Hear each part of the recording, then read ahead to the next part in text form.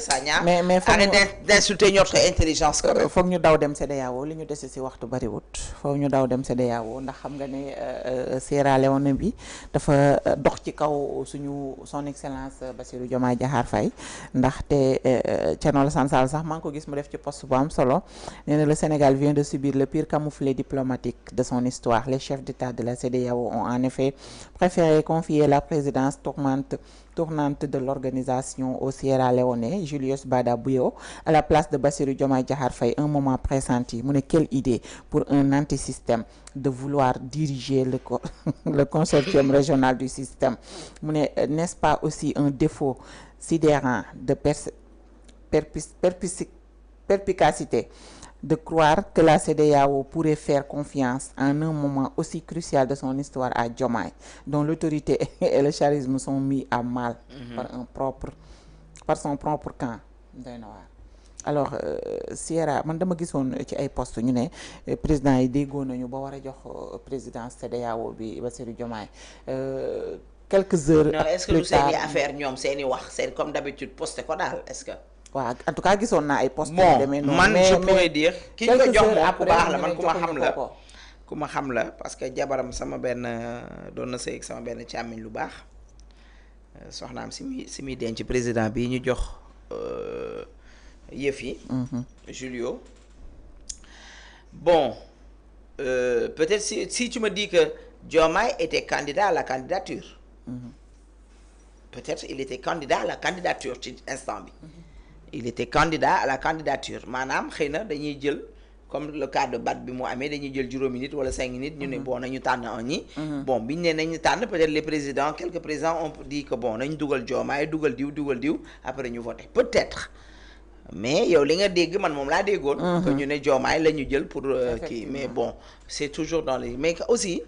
Diomaye il faut que mu defaat point quoi mu encore une fois yàgg naa ko wax ne ko il faut siffler mon frère il faut siffler la fin de la récréation tu es le président de la République man dem naa sax ba léegi je me dis que est-ce que du Diomaye moo nekk ci ginnaaw liy xew ci dëkk bi yëpp quand même ndax parce que mënul mais attends qui ne dit rien consent loolu tubaab bi wax ku waxul dara da nga cee d'accord ce qui s'est passé bërki démb ci seen conseil des ministres il pouvait dire au ministre attends arrête là toi tu es le premier ministre quand le gouvernement ne fonctionne pas tu dois démissionner effectivement parfois sénégalais dañuy soxla quand même bërki démb ambassade bi li fi am aux États-Unis Ousmane Sonko sort avec ses émotions il devait lui dire stop il y a tellement de choses yu war a tax mu wàccee Ousmane Sonko boobu ba tey te wàcce wu ko soit il a peur il veut pas avoir Ousmane Sonko comme opposant il veut pas avoir Ousmane Sonko devant lui il veut pas je sais pas xawma lan la mais nag moom dafa mel ne dafa jiital bànneexu Ousmane Sonko bànneexu waa Pastef au lieu de celui bu sénégalais yi et loolu il faut mu arrêter Fatou il faut que mu arrêter mënul jël bànneexu waa Pastef bëgg-bëgg Ousmane Sonko lu leen neex def ko au détriment de la population sénégalaise il n'est pas le président de Pastef on a même vu dans le texte du premier ministre mu dugal wax Pastef on n'est pas un régime pastéfien quand même même bu nekkee moom la ñu bëgg a imposer on va jamais l'accepter et nag encore une fois li may wax adduna bi kenn moomu leen il y a un nouveau gouvernement déjà ni nga jëlee réew mi dañ koy xalaat bi ngay opposé wu ni nga opposé wu dañ koy xalaat VAR bi mi ngi toj dëkk bi dañuy seetaan ils ont leur propre influenceurs yoo xam ne dañ leen a jege am seeni je sais pas ñoo xam ne ñoo leen di raconter lii xew ci àdduna bi wala ci dëkk bi wala lii xew Sénégal ils peuvent pas prendre le risque de te confier la présidence de la CEDEAO dénk nañ la fi benn mission yow avec le président du Ghana wala am na mission bu ñu leen dénkoon ñoom ñaar est-ce que c'était le président du Ghana suñu gars yi wax leen ñu kan la woon. mooy bi ñu leen waxee pour kii bi mooy waa c'était le président du Ghana mooy. ñu demoon ay pour jàmm négociation mais mujj est-ce que nangu mujj dañ ko jiital finalement nangu nañ ko jox ko keneen. voilà non c'était lui et le président du Togo wala du Ghana. mais mujj gi dañ ko dindi joxaat ko kenn ci dëkk yooyu pour mu dox ko. kooku mënut a bañ a dox loo pare nga ñëw nga ne da nga koy jox la présidente de la CEDEAO quand même.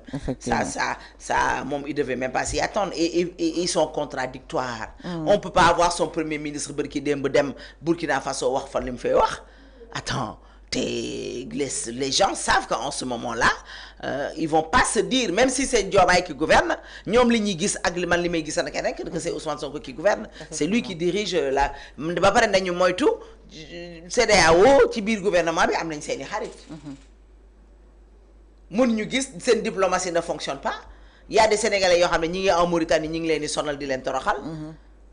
l'État ne fait rien wala la ministre exercé wul deful li mu war a def peut-être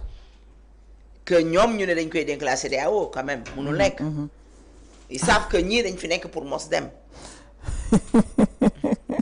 alors temps bi ñu jagleeloon jeex na mais il faut nga wax ci une dernière chose mooy coowal Sweet